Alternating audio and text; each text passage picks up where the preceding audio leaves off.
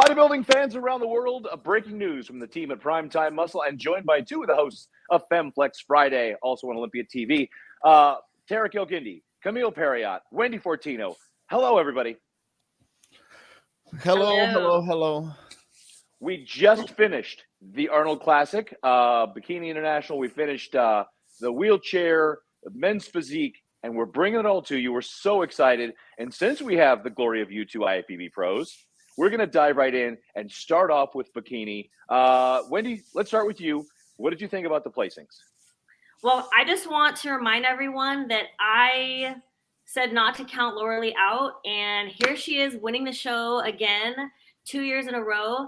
I felt like from prejudging, I felt like Jen Dory got a little bit fuller, so she actually improved from the Olympia. I thought that Maureen looked her best.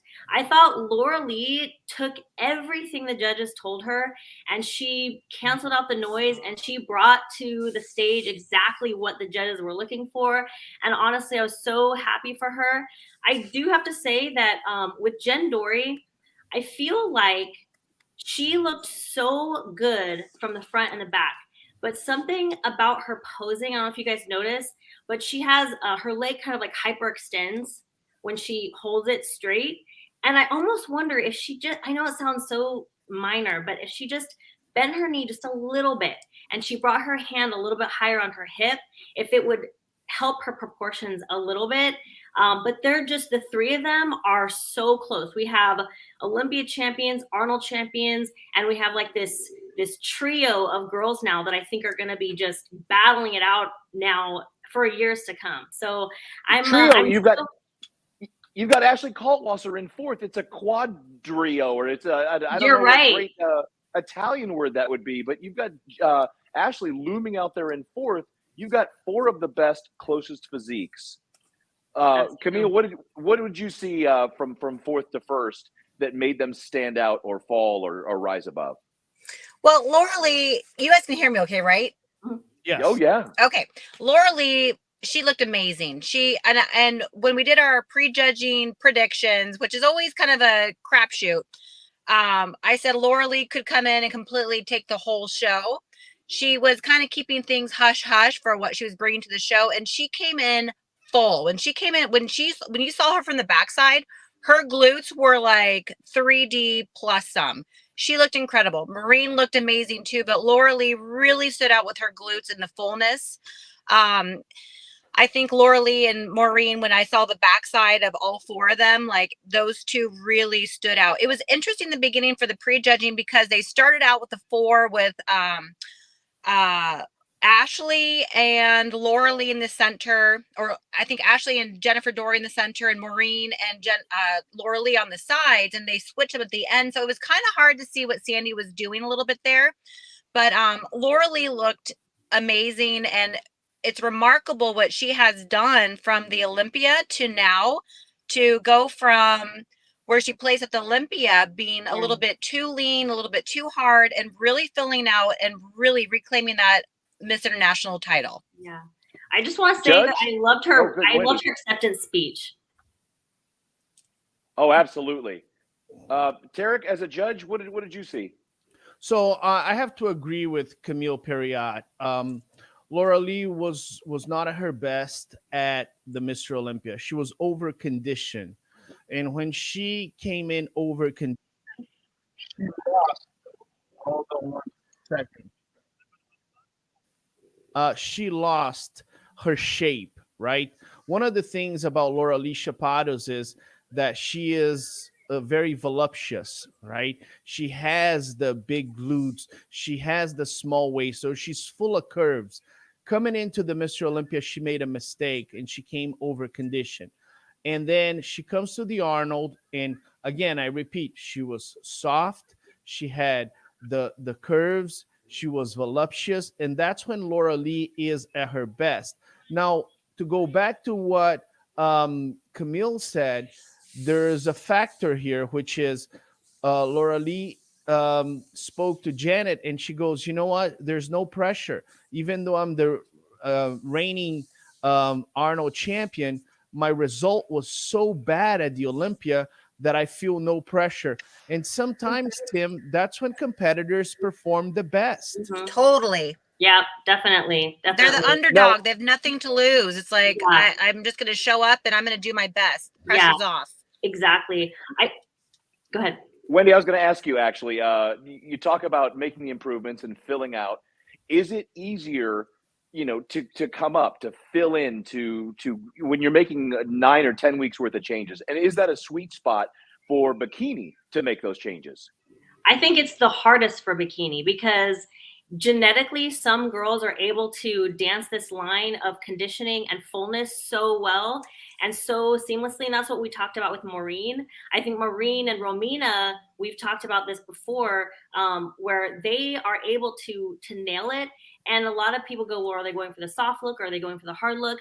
But the reality is that genetically some girls have a really hard time finding that balance, but some girls, when they find that right balance, which Laura Lee did tonight, it's just perfect. The thing with Laura Lee and Jen Dory, the only thing with them, because I really do think that Laura Lee, Jen Dory, and Maureen really stand out from the pack.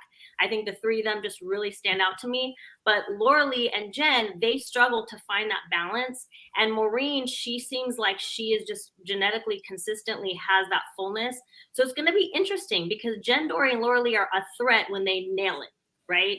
But I do think that it's going to be between the three of them, it's going to be an interesting future, Well, team, before we move on, I see some of the names popping up on the screen. We have to say hi to Missy Truscott quickly before Chris gets here, and he has to go on an apology tour again.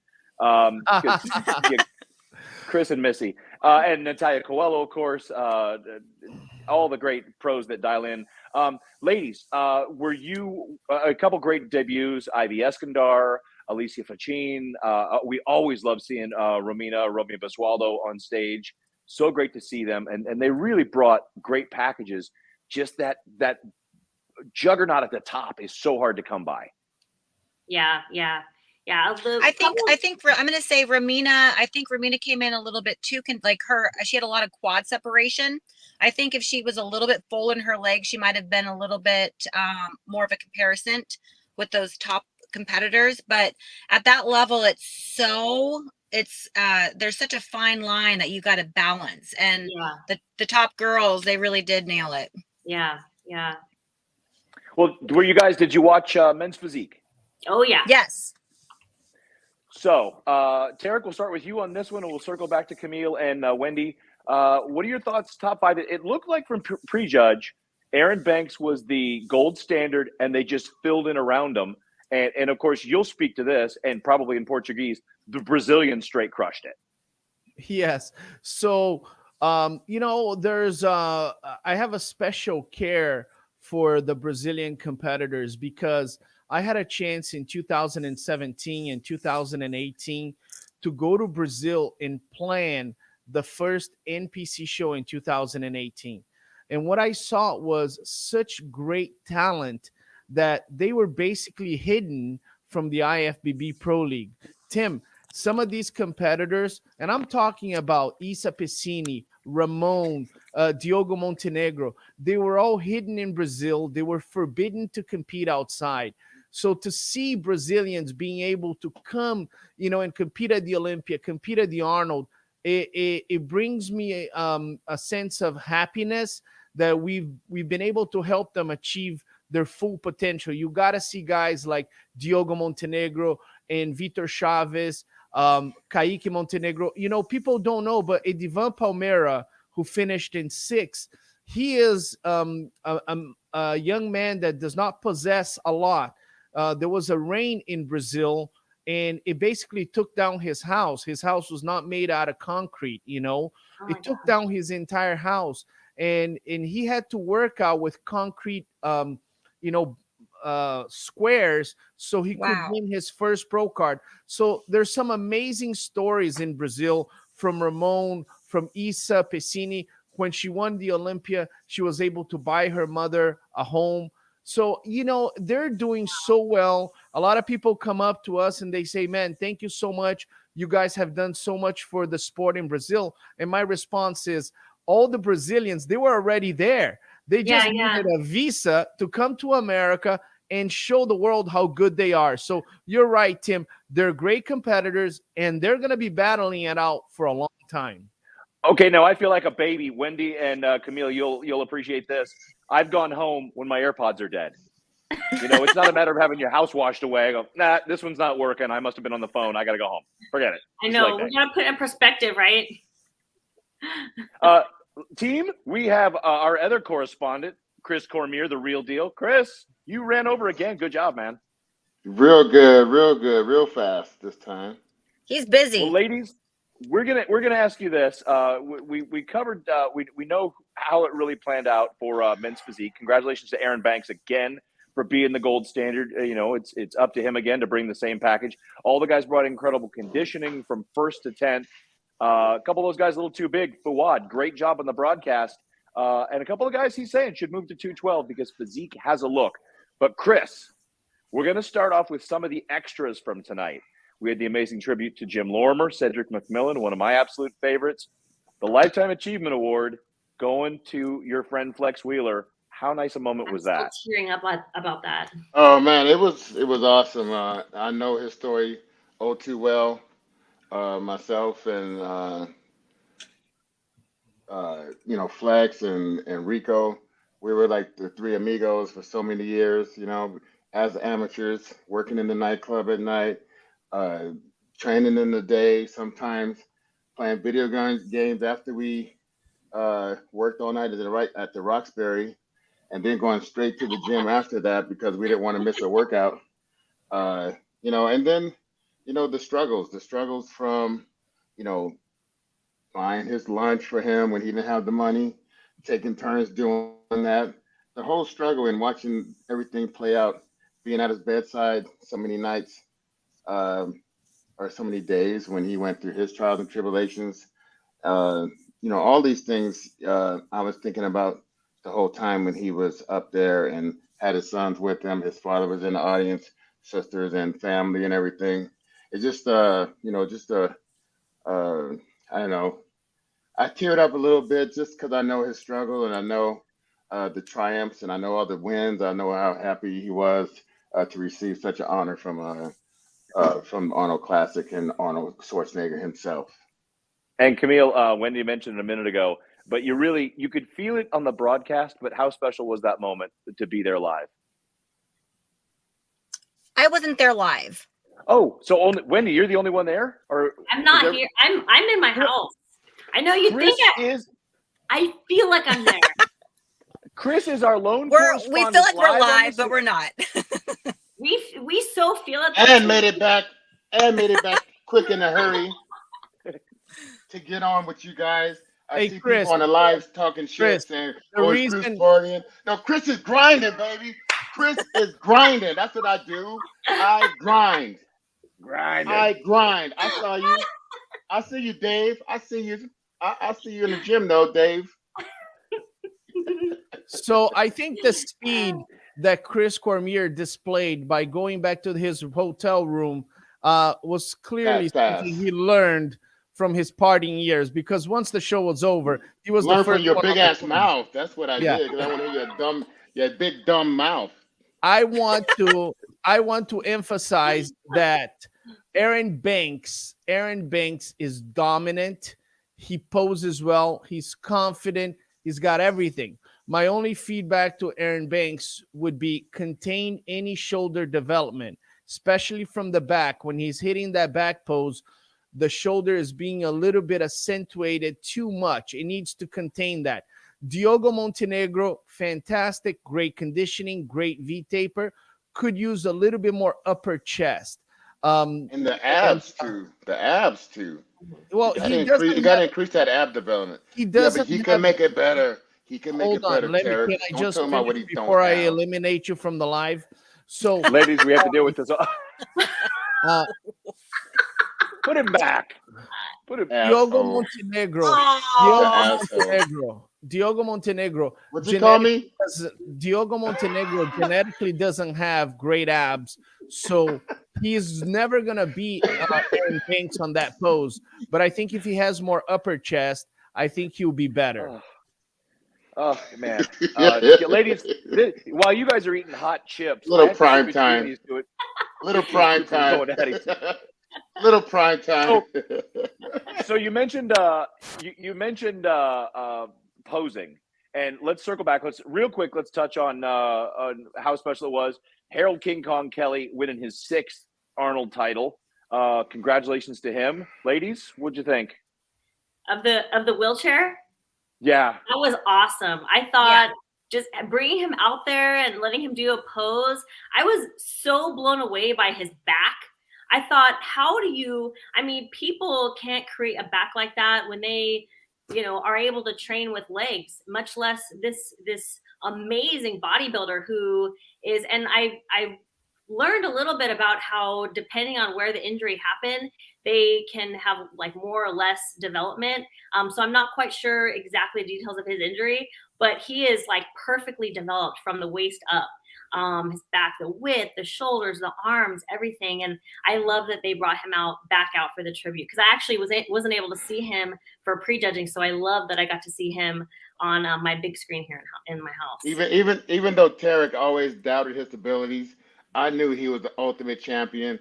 That is the Arnold Schwarzenegger of the wheelchair, is the king, the Kong. I liked how his wheelchair said Kong on the back. He turned around, you saw the big Kong on the back of his wheelchair. That's right. That was for Terrick. That was for Terrick, because Terrick always doubted him. Chris Cormier, let me correct you. So last year, Gabriele Andriuli won this title. And that's something that Harold Kelly himself said. I was not at my best. I was not at my best. He was sleeping. You can't deny the fact that Gabriele Andriuli last year won the title, and then what happened? A challenge. And then this year, Harold Kelly was at his best. And when Harold Kelly is at his best, Tim, Chris, nobody, and Wendy, nobody, it's very hard to beat that man. So, ladies, I was going to interrupt after Chris before Terrick started and say, it's not that Terrick doubts Harold Kelly. It's just that he loves to say Gabriele Andriuli. He just loves to say that because he knows the women get all fired. It's how it rolls off the tongue. We're sucker for that stuff. So we're talking about posing. Let's get on to the men's open. So I was a little shocked, quite honestly. I love the splits. The splits is a great novelty. I was a little shocked to see Andrew Jack get best poser. Yeah. But to be there, as I was the one there, he's a great showman. Just to have like he had the people like so much just enamored with his style. He has so much style up there. And I like how he does his front double biceps. I like how he kind of twists his hip a little bit and he shows off his physique a little bit different. I kind of like the way he does that. Yeah, but his ab and thigh was the best in the whole show, I thought. But just the way he utilizes and connects with the crowd, I think that played a lot in the way of him getting best poser. Such a showman. That other award, Camille, we'll duck over to you on this one. Nick Walker, most muscular. I called that one, and you could give it to Rami, but best balanced, most muscular, and best conditioning of the night. That was Nick in my book. He was definitely muscular. Inch for inch. Well, with his height, the other guys are maybe bigger technically, but if you go like, height for pound, he's holding the most muscle for his height by far, of anyone. Do you feel like he's maybe pushing it too much though for his height though? Well, he's got to have explosive muscle. He's not the best pleasing structurally for the class, but his tenacity, I think, in the gym, he's just on the go, man. And the way he's fired up with those most muscles he hit, that's going to warrant you to get that most muscular award, especially at the Arnold Classic. All right, Terrick, let's count them down, 5th to 1st.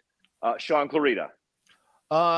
This was Sean Clarita's best performance. It was even better than at the Mr. Olympia. I think this is the winning formula for Sean Clarita to go to the 212 at the Olympia, win that show convincingly.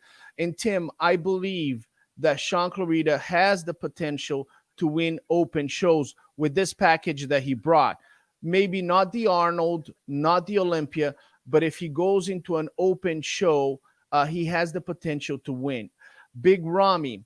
I think Big Ramy was vastly improved. You saw the stem cell treatment on the quads. The legs are better. And I was happy to see him open that back double biceps. I thought that at the Olympia, he made a big mistake by trying to pinch his back. And I think he's going back to what works, even if your lower back is too high, and he's not the only one. Akeem Williams has the same issue. So even if your back double biceps, your lower back is too high, you gotta hit that back double biceps. I think he improved vastly. Still think that he could be a little bit more conditioned, especially from the back on the hamstrings and glutes.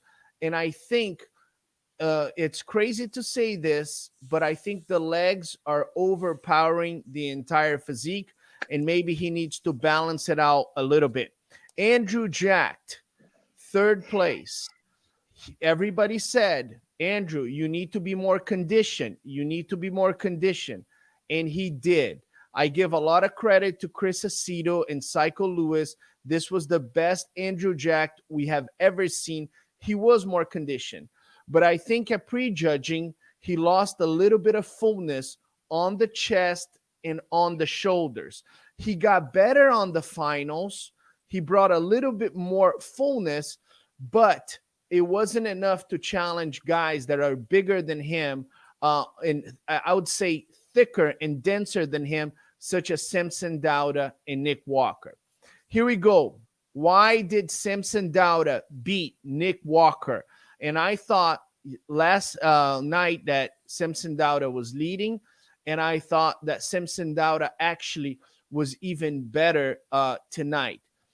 Samson Dauda was not the most conditioned competitor, and he's not the biggest competitor, but he was the most complete bodybuilder at the 2023 Arnold Classic. He possibly, along with Andrew Jacked, has the best lines in the show, small waist. I would say that his genetics right now, based on his muscle, he might be the most genetic guy with a small waist, the flaring quads, and he looks incredible. He has the muscle to battle it out against guys like Big Ramy. Is he as big a Big Ramy? No, he's not. But he has some poses that he can go against the biggest guys. In terms of conditioning, he was a lot better from the Olympia. His conditioning was a lot better. Was he as conditioned as Nick Walker or Andrew Jacked? No, I don't believe so. I believe in certain poses, such as on the legs, Andrew Jacked was more ripped than most, and Nick Walker was extremely conditioned. But for Nick Walker to beat guys like Samson Dauda or possibly Andrew Jacked, if Andrew Jacked is filled up, he's going to have to deal with a challenge, which is his lines. He has all the muscle in the world. He has all the conditioning. But when he's hitting that front double biceps, we are not seeing flaring quads, and it's making his waist look wider. Okay? So we're talking about front double biceps. We're talking about front lat spread. We are not seeing a aesthetically pleasing physique. And I think Nick needs to change the direction. He needs to go, I can win a lot of shows, including the Arnold Classic, maybe even the Olympia with what he has. But if guys like Samson Dauda, Derek Lunsford, Hadi Choopan, if they come in at their best, they're going to expose Nick Walker's lines, and the lines are not favorable. So Nick Walker needs to work on posing and posing and posing to maximize his physique and make that waist look small. We'll cycle around everybody. Chris, what can Nick do to minimize the thickness, the length of the trunk? Is it all posing, or is there something within his program where he can not overdevelop or underdevelop? Like Arnold jumped in. I don't know if you guys, you were listening to the broadcast. Chris was live at the event. Camille and Wendy. Arnold jumped in towards the end and was giving his input and was quick to say, like with Ramy, he needs to take some time off from the legs and trying to even out and get more balanced is overpowering. Chris, what can Nick do to crack that number one spot at the two big shows? I would start with making sure my trunks is favorable to my physique, not just buying trunks off the rack. I would be like, okay, do I need a little bit more length to make them a little higher to, because that's what I was doing, because my torso was a bit longer than what I would like it to have been. So I tried to make my trunks give me a shorter length of my physique. On top of that, I would look at my training and train in an artistic manner as far as trying to balance out my physique as much as possible. The back double biceps came a long way. The hamstrings are diced and dense and probably some of the best hamstrings in the show as far as the density and separation. I would work on those quads. I'd get those quads to be more favorable to my physique. That's what I would say as my best. And I think he can do that. I think even still that he's trained intensely, I think that he still can do more in the gym. I think he can do more. He can bring more intensity. He's not that level yet. Wendy, what would Yeah. you suggest to Nick, and where would you go with his training or posing? Well, with Nick, I think that the thing that really stood out was his front lat spread. Like he, in prejudging, I could tell he looked like he fixed it in finals. So maybe he saw what I saw because I didn't see really anyone talking about this. Wendy, his lat spread improved in the night Yeah, show. did you see that I saw too? that. It Yeah, I saw that. improved. He had his It hands improved. behind his back and he was pulling himself up like this.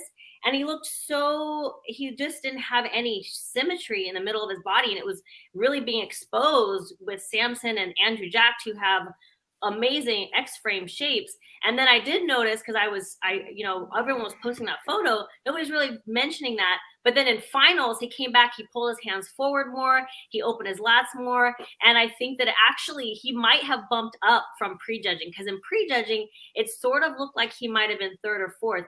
In finals, it started looking like he was going to win the show. And I agree with Chris about the legs. I think he's mentioned this before, where the guys are starting to pull their legs apart so much. Nick really does that in his back double biceps. He pulls his legs so far apart. I wonder if he brought them in closer, that could help him. You know what I mean? And but he did. So they all expose things from each other, right? I have to say the most impressive of all for me was Sean Clarita. Sean Clarita has had the most amazing 192 pounds was how much they said he weighed. 192 pounds. I mean, I can't not mention Sean Clarita, but they all kind of expose things. Samson had the perfect, combination of the shape and the conditioning that the judges liked. Because Nick had the conditioning, and then Andrew Jack had the shape. He's kind of fill it out a little bit. Samson was kind of like just right. You know what I mean? And guys, I want to jump in before I ask Camille the next question. Guys, I got to jump in and say how grateful we are to have someone in Wendy's condition right now, that when they show us where you can fix your front lat spread, actually looks You like can you see belong it. on stage. So look at the delts. Thank you for joining us, Wendy. So Camille, who do you think in that top 5 or 6 has the biggest potential for improvement to qualify, or is already qualified, like a Nick Walker, to get on that Olympia stage and do some damage? I'm going to go with Andrews. Okay. And maybe I just think if once he gets a little bit more development, I think he has a lot more room to grow, and he can really grow and climb up in the ranks. I'm going to go with him for the person with the most potential for growth potential.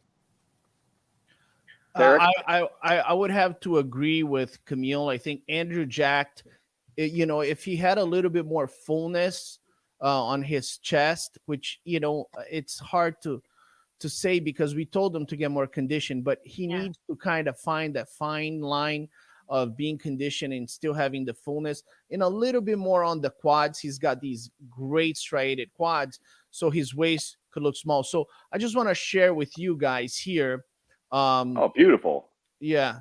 So, if you look at, this is actually from prejudging. Just want to make sure that we clarify. This is from prejudging, but, and if you really look at it, you can see right here that Samson Dauda is the most genetically gifted person on that stage based on his waist and lats ratio, right, to the shoulders. And you can see that even though Andrew Jack is an amazing competitor, that Samson Dauda's quads come out to the side. So it makes him a little bit more aesthetically pleasing. And on this shot here, you can see that Andrew Jack lost a little bit of fullness on his chest. Now, if you look at Nick Walker here, his upper body is unmatched. I mean, he's got more muscle than anybody on the upper body. But the waist is not the smallest waist. What does Nick Walker have to do to deal with guys like Samson Dauda? And Nick Walker needs to grow his quads. Once he grows his quads, his waist, the illusion of his waist will look smaller. And then he'll have more of that smaller waist with the flaring quads. Now, I have a question for you, Terrick. Can I ask you a quick question? You say about growing his quads, but I'm just wondering, his insertions are lower. Do you think that makes a difference? Because the other guys, their insertions are higher. It makes them flare out more. You know what I'm saying? What are your thoughts on that? He could totally grow his quads. From like, right here to the front, yeah. And it's not from side to side, not from the hamstring to the quad, because he has plenty of depth that way. But dead on like this, he needs to get more fullness, like you see his counterparts on the side of him. Yeah, but Chris, I got to ask you, Chris. So watching the broadcast, and in one of the fun moments near the pose downs, they put Andrew next to Sean Clarita. You know, that's an obvious one. But even against Rami and Samson, he looked massive. Like he just dwarfed everybody. And I know, being taller, how hard that is. How big did he look live in person? Gigantor, like. Just like Gigantor. I mean, you can't even. It's hard to even like understand. Like from standing on the stage and being. I was sitting there right there in the media section. Great tickets, thank you. And it was just awesome to see, man. It was a great show, man. I was really excited to get back here to the room and talk about it. Yeah, and Tim, I'm sorry, I just want to touch back one more spot. So you see here, if you just get from waist up, Nick Walker, and Wendy is right. He's got a longer torso, and that longer torso and shorter legs. So if he pulls his shorts a little bit, and I think he's already doing, but it's just a matter of making his physique a little bit more aesthetically pleasing. And if you look at Andrew Jack, he has a movement which is a little bit traditional of Flex Wheeler, different angle on the legs, which will make his waist look small. If Walker grows his legs and he positions his legs in a way to make his waist smaller, then he becomes more competitive on this shot. But on this shot here, despite this amazing upper body muscularity, he's clearly losing this shot to Samson Dauda. Now, you can also argue and say, well, is Andrew Jack more aesthetically pleasing than Nick Walker? Absolutely. But Andrew don't have the muscle, man. Doesn't have the muscle to go head to head with Nick Walker. Samson Dauda on the upper body, he has already the muscle to go up against Nick Walker. So he's like, I'm beating you on being more aesthetically pleasing. I'm more balanced than you. You might have more muscle than me, Nick Walker, but I'm not losing on the muscularity round as much as Andrew Jack is. Well, Terrick, are we wrapping things up here? I want to thank our guests. Yes, I want to thank everybody. It was a great show. Camille, Wendy Fortino, Chris Cormier, Tim Wilkins. This was an amazing show. Now, before we go, we need to lose some followers. And I'll start with Wendy Fortino. Okay. Wendy Fortino. Okay. After the Arnold Classic results, for bikini, for men's physique, and for bodybuilding, coming out of this show in bikini, who would be your favorite to win the Olympia? I I still think Jen Dory, if she makes a couple improvements with her posing, she has like I said, she has that hyperextended leg. If she kind of changes that a little bit and moves some things around, they're so close in bikini, like one little hair here and there. But I loved Laura Lee as a champion tonight, I have to say. Camille they're all amazing. Camille Perriat, let's Terrick. move some followers. After the Arnold Classic result, who do you think is the favorite to win the bikini division? That's your division. You know what, you guys? Bikini's a crapshoot. We all can't predict anything. It could be Ashley Caldwasser. We don't know. Yeah. Who knows? Who flipping knows? They all like. I'm sorry. I love you, Camille. You're the best. Okay, Your answer was the best. I'm gonna go to Tim Wilkins, and then I'll go to Chris Cormier. Tim Wilkins in men's physique, going into the Mr. Olympia. That's your category in men's physique. Can anyone challenge the current champion, Aaron Banks? There was a guy that didn't make it to the Olympia last year. He qualified by winning 3 shows who didn't make it. He has an outside chance if he can get it back together, and I can't believe his name is escaping me right now. He's a military guy in the Air Force, lives down in Texas. Charjo Grant. No, Charjo Grant. Okay, you know I'm a Charjo Grant fan. I am not a huge Aaron Banks fan as they have chosen his physique. I think he's an odd choice, but you judge against who you are up against in that show. And I think in this show he was dominant. Brandon Hendrickson could easily come back.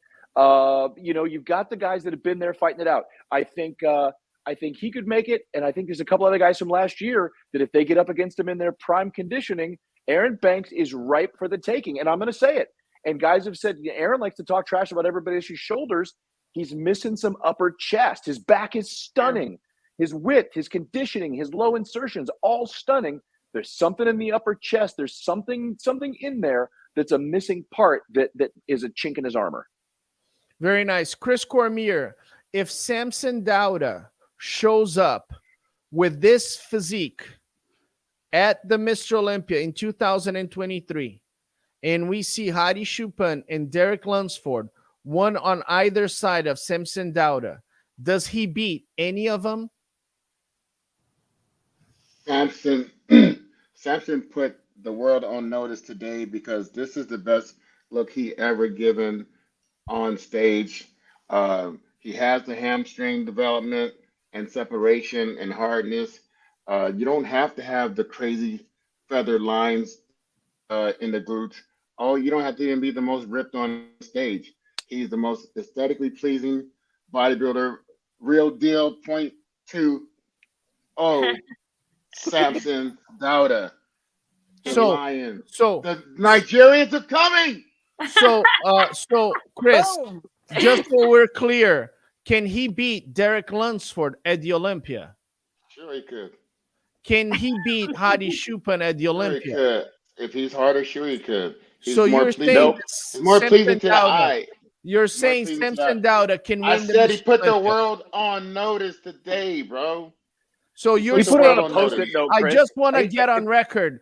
Is he the favorite to I'm win on the record. Olympia? Put it on record. Put Is it on he your the- chest and wear it to primetime muscle. Okay. And get I some just likes. want to get Let me know this. what you doing in the comments. Okay. Let me know what you guys think. Samson Dauda just put the world on notice. Okay, so Tim, back to you. Chris Cormier believes Samson Dauda is the favorite to win the Olympia. He already has fake followers. I don't know how you can lose fake followers, but back to you, Tim. Because I was So, real there. quick, as soon as I grabbed for my phone, I remembered it was Daniel Amons, who looked so amazing in 3 of his wins last year. Came in skinless, just as shredded as could be, beautifully balanced. Back to Samson. If he comes in with today what he had, he will climb the He'll spots be he better. missed last year, and he'll be He'll be third. better. He's made He'll be better. Chris. Here's what I'm gonna go on record as He'll saying, be everybody. and I don't do He's this gonna be often. I everybody. usually play Switzerland. I'm the guy No. between you that just lets you both battle. I'm gonna say, I'm gonna put it out here. I'm gonna say Samson made so much improvement between September, October, and the Olympia, and now. I think that improvement might hit a bit of a speed bump for a few months. and he'd be hard-pressed to bring anything better than he did right now. Even with Milos, who's a master. No, he could be harder. He could be harder. He could be harder, but I'd hate to see him lose the balance and the size for a little bit more hardness. I just have a little something to add really fast. I just want to remind everyone, Andrew Jacked just a couple years ago was doing stunts on Instagram. And here he is almost winning the Arnold. Okay. I mean, he needs to add size. I'm really interested to see, and it's interesting. We gave, Flex Wheeler got the Lifetime Award tonight, and Andrew Jack did his signature splits and he got the posing award. I'm really interested to see how much Andrew Jack can improve between now and the Olympia. And I think we see that he needs a little bit more muscle, but considering how fast his rise has been to now, don't be surprised if he, comes into the Olympia with some serious gains. We'll see what happens. That's a really good point. Based on how fast Andrew Jack is improving. I mean, he went from 8th at the Olympia to 3rd right here. If he continues on that pace, Andrew Jack could shock the world as well.